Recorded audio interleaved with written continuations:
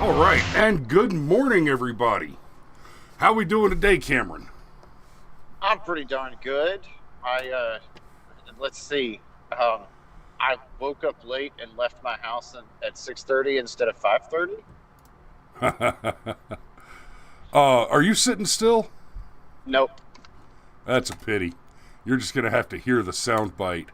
So, yeah, good morning, guys. It's a Monday. Monday. Where did I put my chat? There you are. And people have been chatting while I was trying to find the chat button. Good morning, everybody. I see Biscuits and Gravy. Looks like Biscuits managed to get in first. There's good old Steve, and I see Jamie and Ma and Granddad are with us. Good morning, folks. Love you. So, well, we're going to be talking a little bit this morning about the new Fauci Ouchie, which just gives me a chuckle, a nice, tender, warm feeling in my heart. But before we get there, this has been trending on Twitter this morning. And I don't know how far down the road I want to go with it. It is the number 7 trend in the world right now. Or, I'm sorry, number 7 trend in the U.S. right now. So I'm going to drop a few retweets, do my part to make sure that this one goes as viral as possible. And there's the shorter clip. There's the short clip. I want the longer clip. Here it is. Okay. So, guys, this is just your president on display. Cameron, let me know if you can hear it. I think you should be able to. Okay, good. I can. Here we go.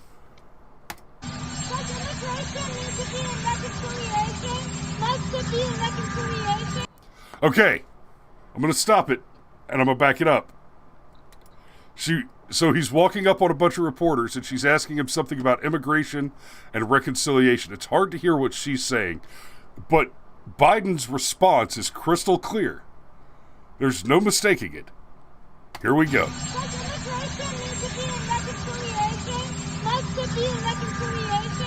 What must be what? Immigration. My butt's been wiped. Cameron, we talked about this earlier, and you asked me some questions about out of context, bad lip reading, et cetera, et cetera. You just heard it. I mean, it does sound a lot like he's saying my butt's been wiped. I'm going to back up and play it one more time so we can give him somewhat of the benefit of the doubt. But the fact of the matter is, this man belongs in an extended care home that's qualified to deal with, extreme dementia patients. Must it be reconciliation? What must be what? Immigration. No. Oh my God. No. So, I think that's pretty clear. My butt's been wiped.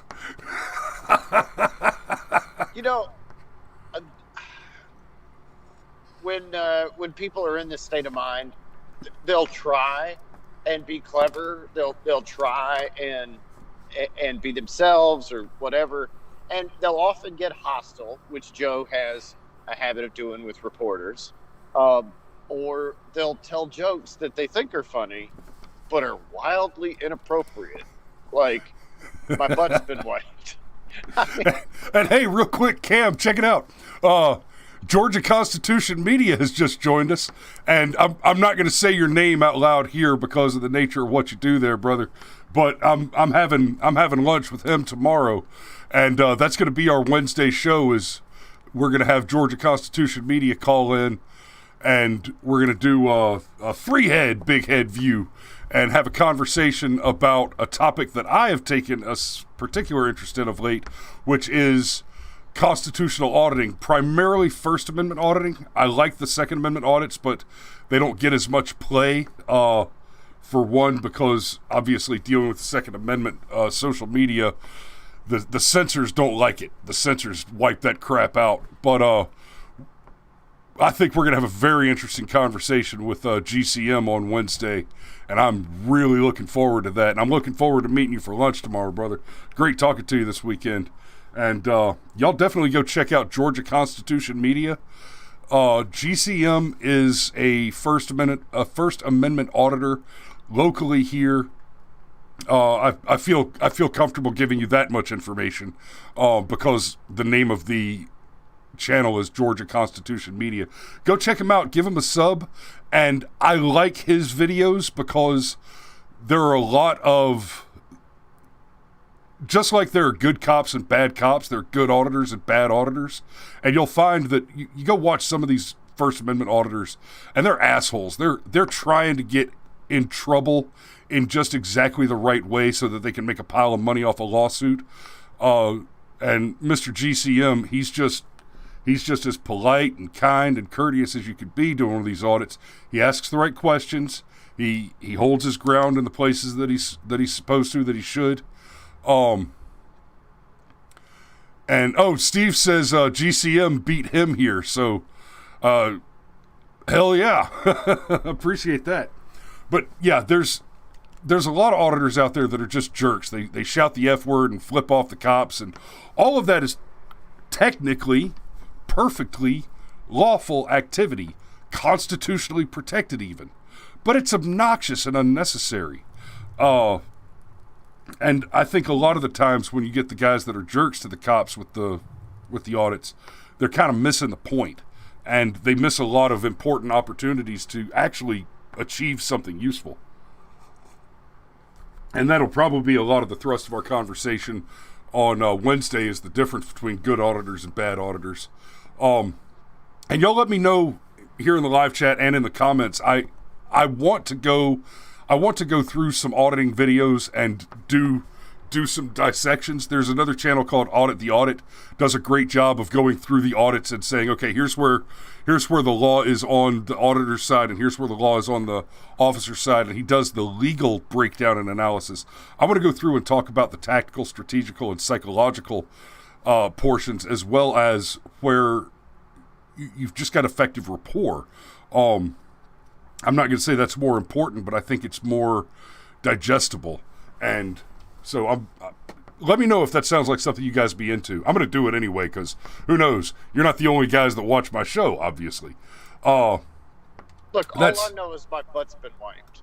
Yeah, my butt's been. So has mine. Well, not today. Yeah, I'm still working on this first cup of coffee, so we'll see. Hopefully in an hour or two. Oh no! Stop. No, well, look, it's just I didn't need help with mine, whereas Joe probably did. Yeah. Like, he didn't say I wiped my butt.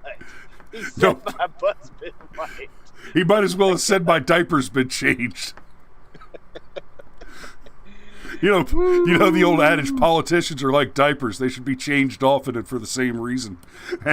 Well, now we've got both in the White House. Woo-wee! So, Boy, that's like a fourth wall break inside a fourth wall break right there. that's like 16 walls! Steve, did he have help? Depends.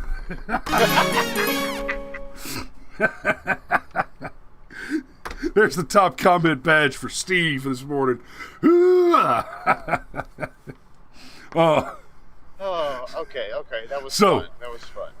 The new Fauci Ouchie. That's what we're talking about today. The new Fauci Ouchie. Y'all saw we did a show last week where we went through and did a breakdown on the fiery exchange between Dr. Fauci and Rand. I guess I got to be careful with that word now. You know, it was, one might say that it was a fiery but mostly peaceful exchange, but that would only be correct under modern media standards if the room were actually being burned down by Fauci's supporters at the time. In which case it would be mostly peaceful. But, of course, there was this exchange between Fauci and Rand Paul, and the internet is a cruel and amusing mistress, and I think has spoiled many of us generally. Rand Paul absolutely had the better of Dr. Fauci. Okay? Oh, no question. Threw his own definition up in his face. Actually, up until very recently, this is how you defined gain-of-function research. Yes. And, like, woo. Well, And- Senator, it was a sub-grant. It was not us directly. Yeah. And like I said when we were talking about that the other day, what Fauci said in his defense having been accused of, and to be very, very clear on what he's being accused of in this case, under the Obama administration, a specific executive order from Barack Obama was issued saying that the U.S. will not fund gain of function research. And during that, what they're calling the gain of function pause, Dr. Fauci was in a position of decision making with, he wasn't actually with the NIH. It's a different organization that's part of the NIH or related to it. But basically, he was one of the decision makers that sent funding to China, specifically to the specific Wuhan lab for studying this virus. That was studying this virus, but it's for studying viruses like this virus. His defense is, before that, the accusation is that he funded research, which is gain of function research,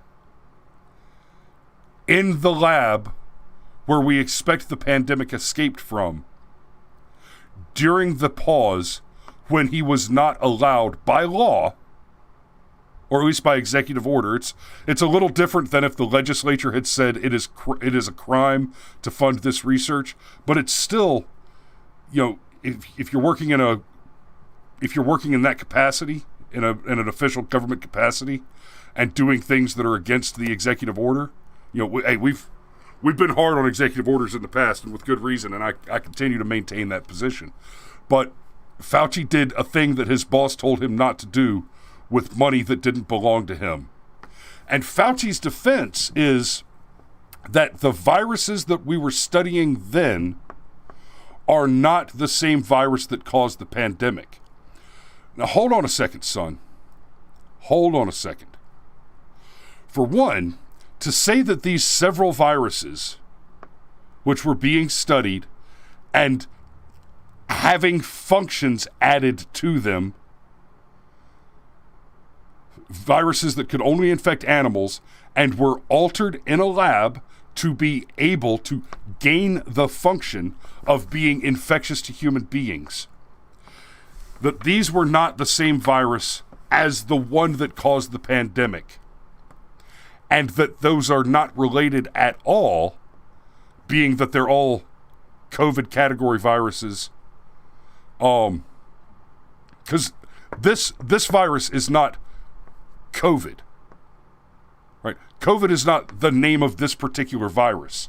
This particular virus is a COVID virus. Yeah, it's SARS number, blah, blah, blah. Right. See, and what's funny is, remember, he kept saying, well, it's molecularly impossible for these viruses. Well, okay. I'm sure it's molecularly impossible for the unaltered version of these viruses.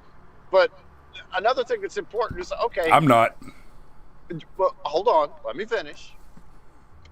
It's, let's just grant for a moment that of the things Fauci weaseled around and lied about, this is not one of them. That okay, fine. It's molecularly impossible for these viruses to infect human beings.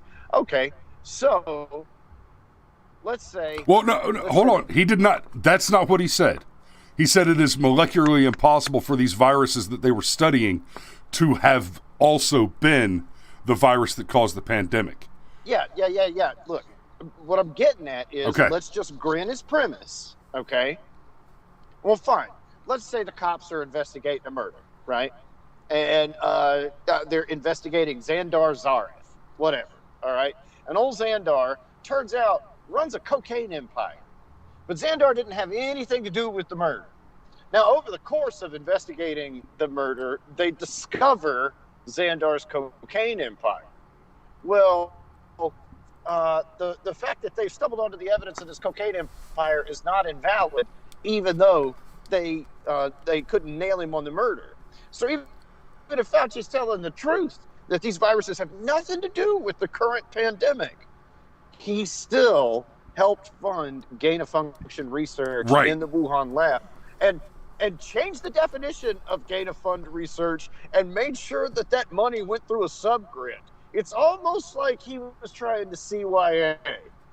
Yeah, I'm and not saying that's what he did. I'm just saying if we're going to take like Occam's razor here. Well, and we'll take this a little further down. We'll take this a little further down the road of the criminal conspiracy analogy, the organized crime analogy.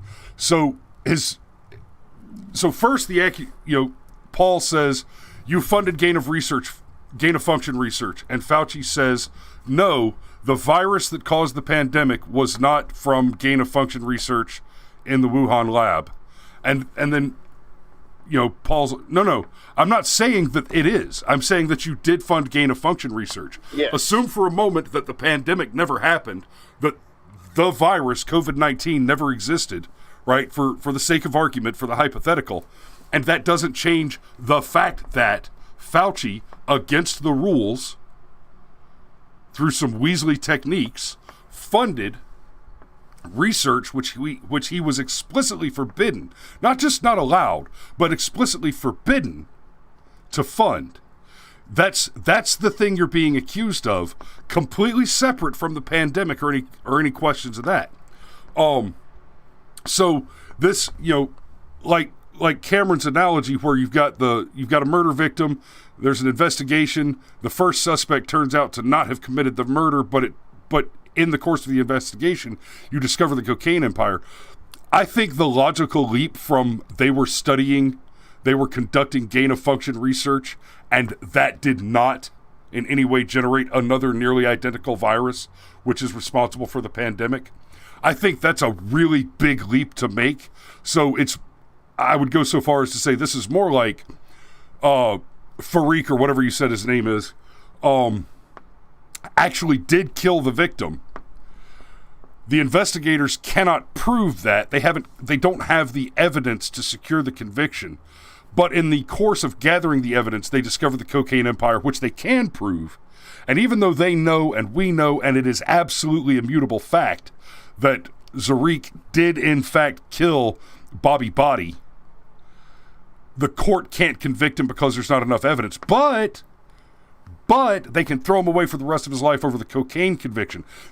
So what Fauci's tied up in right now is akin to busting Al Capone on tax evasion, because you can't nail him on bootlegging or murders or any other organized crime, the racketeering and all that crap. We can't actually prove that he did any of this stuff. We know it. We're certain of it. But you can't prove it. But this son of a bitch didn't fill out his I-9 right. And we can put him away for that. Well, look, I'm just pointing out that both philosophically and practically, it kind of doesn't matter if Xandar's actually guilty of the murder, because Xandar is guilty of the cocaine empire, and the evidence was uncovered as part of a legitimate investigation. None of that gets wiped away by circumstance. Correct. And it's precisely what's happening here with Fauci. Fauci was involved in things that he should not have been involved in.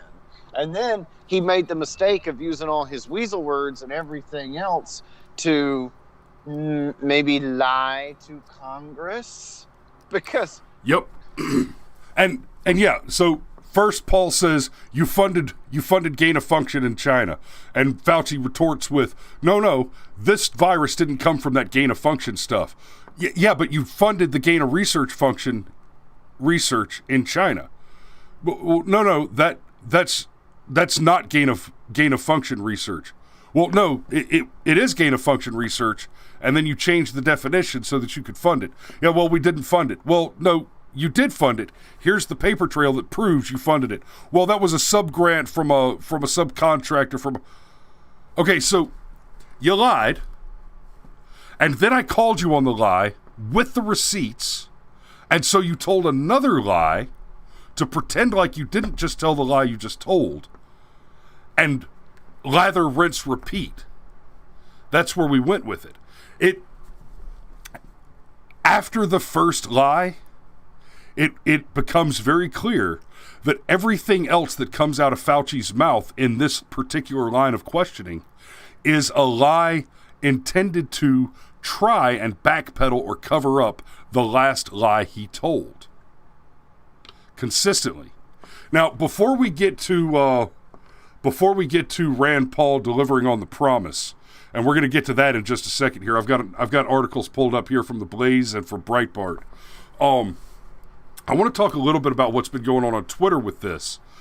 And Cameron and I had some great conversations about this over the weekend. But frankly, I would have rather been listening to my zombie apocalypse book because I was driving and kind of in the zone. Had a candy bar and a cigarette and a cup of hot coffee. But, Cam's my boy, right? So I'm going to answer the phone. Anyway, so on Twitter, there's been, and Facebook and just social in general, there's been a lot of crap from the left about, you stupid people on the right, you're just willing to take medical advice from this Rand Paul guy. He's just a politician. And like, sometimes he's just an eye doctor. He's not a real doctor. I'm like, okay, guys, before you went into the specialization field to become an ophthalmologist, you got an MD. And just to be real clear, before you went into that specialization field to become an ophthalmologist, you got the same 4-year degree that Fauci got before he went into the specialization field into virology. And further, so Cam pointed out that apparently Dr. Paul let his license to practice lapse. But when you say that, there's a lot of context to understand there.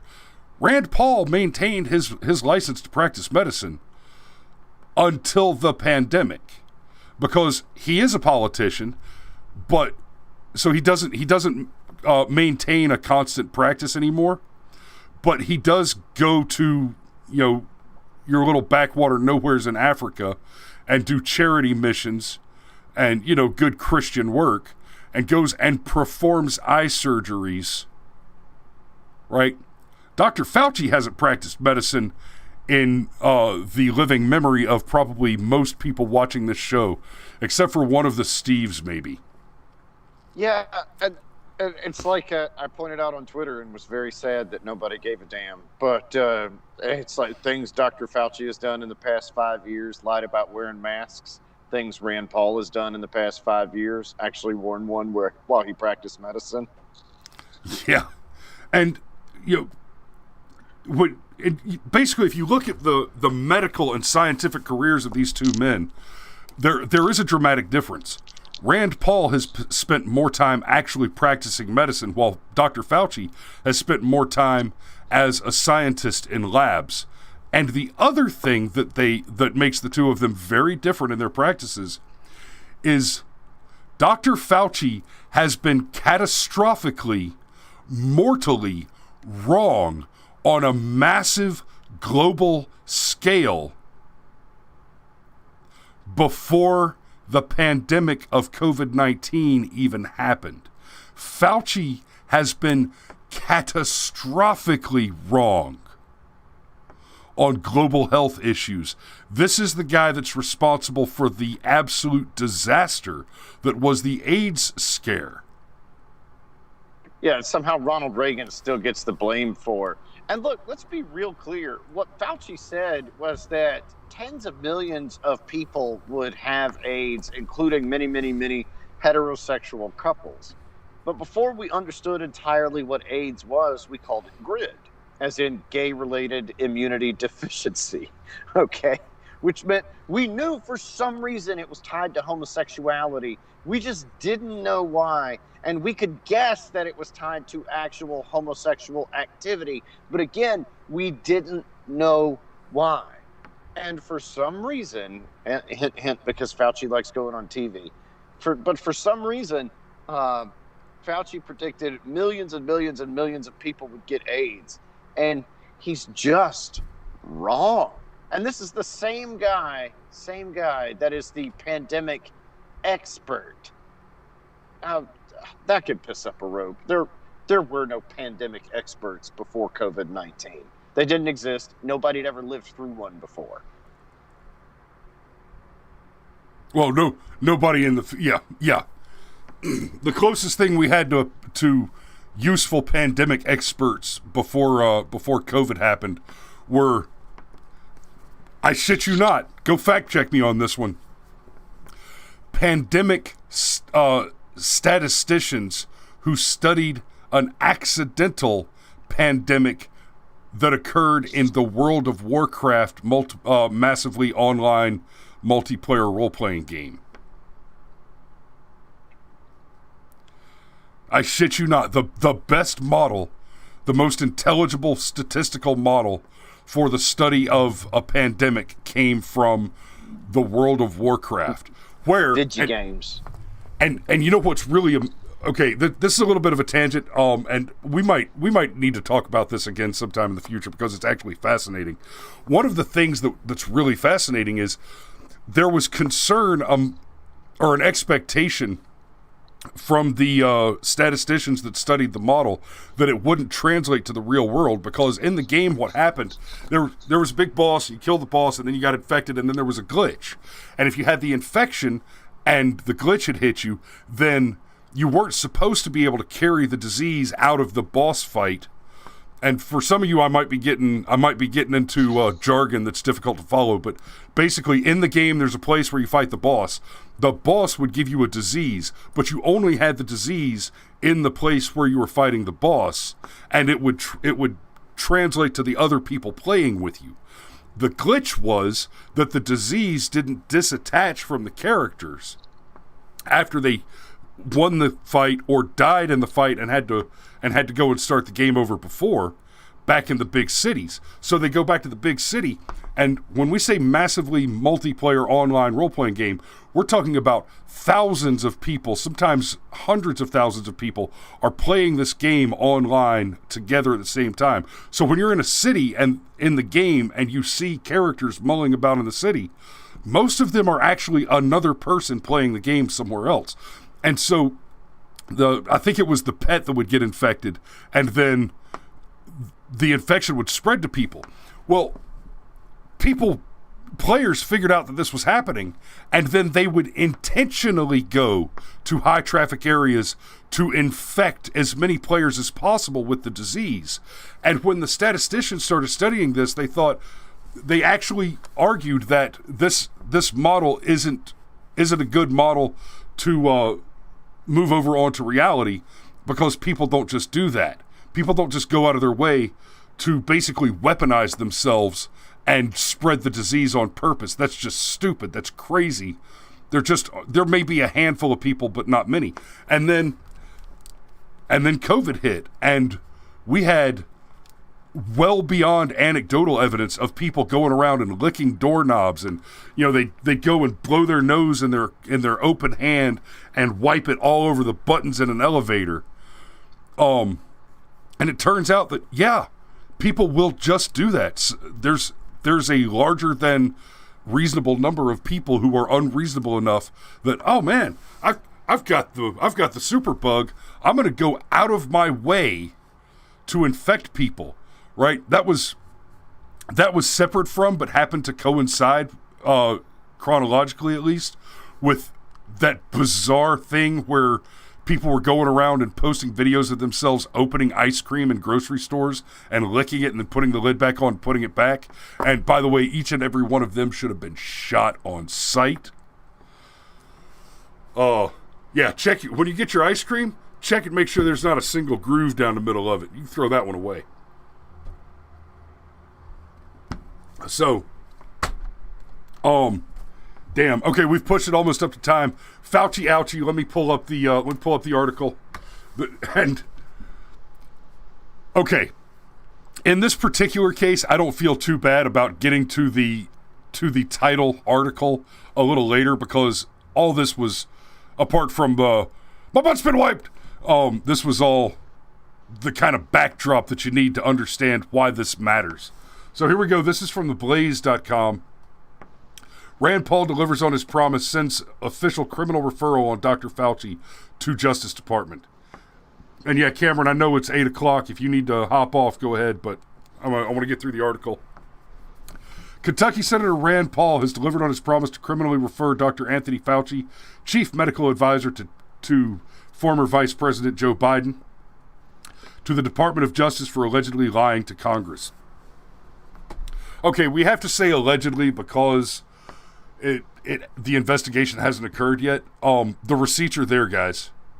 if there's any doubt in anyone's mind that Dr. Fauci perjured himself, then you don't understand what the word perjury means. Last week, Paul told Fox News host Sean Hannity that he would send a criminal referral to the Justice Department alleging that Fauci lied to Congress about whether the National Institute of Health funded gain-of-function research at the Wuhan Institute of Virology. He's lying about whether or not he funded gain-of-function research, and yes, he should be punished, Paul said. What are the details? Paul sent a criminal referral to Attorney General Merrick Garland because that guy's going to be fair and impartial and in no way biased toward the enemy, I mean the left, according to the Washington Examiner. I write to urge the United States Department of Justice to open an investigation into testimony made to the United States Senate Committee on Health, Education, Labor, and Pensions by Dr. Anthony Fauci, director of the National Institute of Allergy and Infectious Diseases, on May 11, 2021, Paul wrote in the referral, which the Examiner obtained. Now, when Paul went into this most recent hearing, that was just like a week ago, he went in there, and I believe his intentions were, if not most charitable, quite reasonable. Yeah, he intended to pin Fauci to the wall, but if Fauci had done the smart thing and backed off, he would have been a gentleman and allowed Fauci to back off. Because he didn't go in there and say, you lied. He opened with, I want you to understand that lying to Congress is a crime. These are the rules. Here's the law. Here's the penalties. This is what you're looking at. That said, would you like to retract your statement that the NIH never funded Wuhan research into gain of function? And Fauci basically said, I never said that. No, Fauci basically stuck to his guns and said, we didn't ever fund gain-of-function research in Wuhan, China.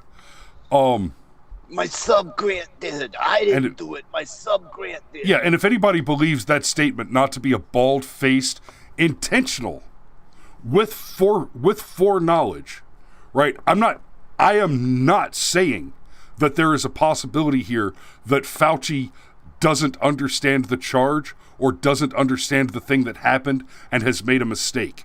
I do not think it is possible, given the evidence available, that Fauci not only knows that he's lying, but knows that he intentionally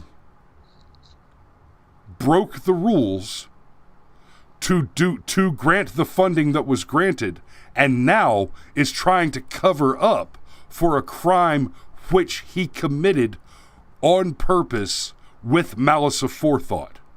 You, Chris Lowry, do not know what you are talking about. I changed the definition so that it was no longer gain-of-function research. You are wrong. And to be clear, when I say malice aforethought in this case, I am not alleging that Fauci intended to create a pandemic and kill millions of people. That is a result of his criminality is besides the point. The crime, the thing that he did, is against the orders of his superiors. He spent money on research that he was not authorized to spend that money on, and he did it on purpose, knowing full well that his doing so was a violation. Right? Completely separate from the question of whether or not he bears any responsibility for the pandemic.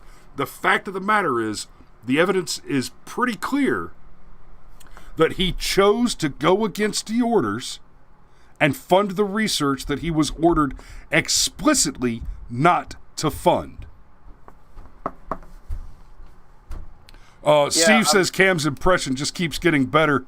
For my taste, I think he needs to take it up about a quarter octave, and then he'll be dead nuts. Well, thank you. So, the National Institute of Health has denied they funded gain-of-function research at the Wuhan lab. And this is interesting, like we've covered already. Okay, so the National Institutes of Health have denied that they funded gain-of-function research at the Wuhan lab. First, they denied that gain-of-research function occurred. They have separately denied that they funded the lab, right? But when they deny that they funded the lab, they do so without acknowledging or repudiating the claim that the lab was conducting gain-of-function research. And then they said, well, we didn't fund it, but somebody who we funded it. Okay, if the fact of the matter were that the National Institutes of Health had not funded gain of research at the Wuhan lab, then that denial, we did not fund gain of function research at the Wuhan lab, that denial would have been made explicitly. Instead, they have on various and multiple separate occasions attempted to deny individual parts of that statement. They've denied that they funded it. Separately, they've denied that it was gain of function, and they've even gone so far as to deny that the lab was involved in the study of the virus at all, which is insane. For them to even allege. Let me. Okay. Yeah, we just happen to have this lab that studies bat viruses, and a totally unrelated bat virus mutated and spread across the entire world. Just one kawinky of a motherfucking dink right there.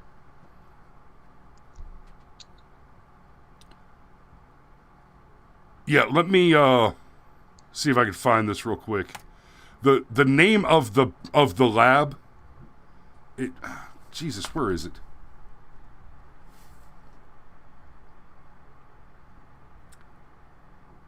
I can't find the exact name of the lab as quickly as I'd like to, but it's literally the lab is literally named something like the Wuhan Institute of the Study of Bat Viruses and Their Transmissibility to Humans. Right? I'm paraphrasing a lot there, but all of that information is contained within the name of the lab.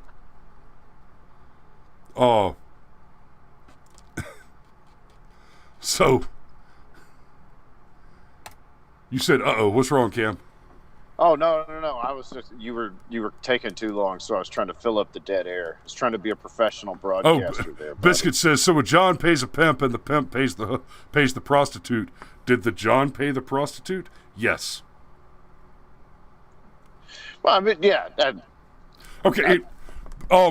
Because we've got, especially since we've got Georgia Constitution Media in here, I'll give you a better example, a better analogy. I pay my taxes. My taxes pay the police. The police, I am the public. The police are public servants. They work for me. Yep. So yes, I pay the police.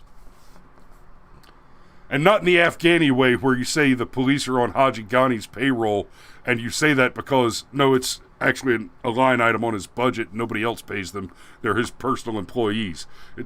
We're not talking about like the mob buying out the cops so they can have dirty cops on their payroll. I pay my taxes pay the police work for me. So yeah.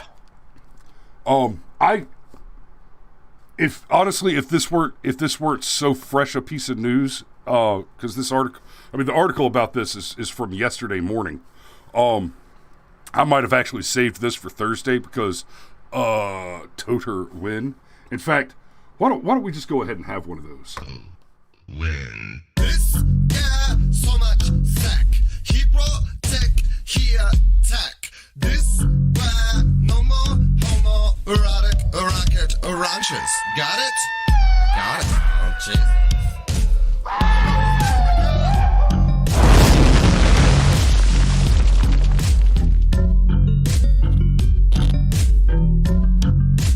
So much wang. And on a related note, I haven't seen anything new from John Ward in far too long. And I got to tell you, John, we miss you, baby. We miss you. So, All right, that's the show for today, guys. Thanks for joining us. You got anything else to add in closing there, Cameron? You're a liar. You don't know what you're talking about. Yeah. You know, that's funny. So, on that note, y'all be safe out there. We love you, and we will see you tomorrow. Total win. Total win. Total win. Total win. Total win. I don't give a rat's ass what the hell you think.